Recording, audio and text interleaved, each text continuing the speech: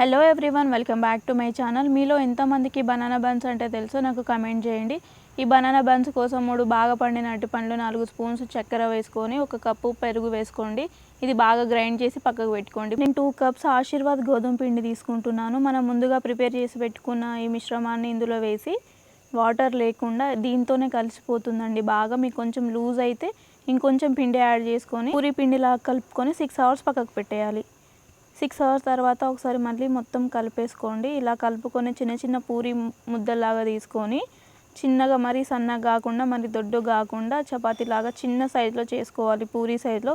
ఇప్పుడు ఆయిల్ బాగా హీట్ అయ్యాక ఇందులో వేసుకోండి. ఇలా ఆయిల్ పైకి మనం పోస్తేనే ఇది పొంగుతుందండి బాగా. ఈ బన్ పొంగితేనే చాలా టేస్టీగా ఉంటుంది. ఇప్పుడు చూడండి లోపల ఎంత ఫ్లఫీగా ఉందో, ఏం పిండి లేకుండా. ఇది ఇలానే ప్లెయిన్గా తినేయచ్చు, చాలా స్వీట్ ఉంటుంది. మీకు కనుక వీడియో నచ్చితే లైక్, షేర్ అండ్ సబ్స్క్రైబ్.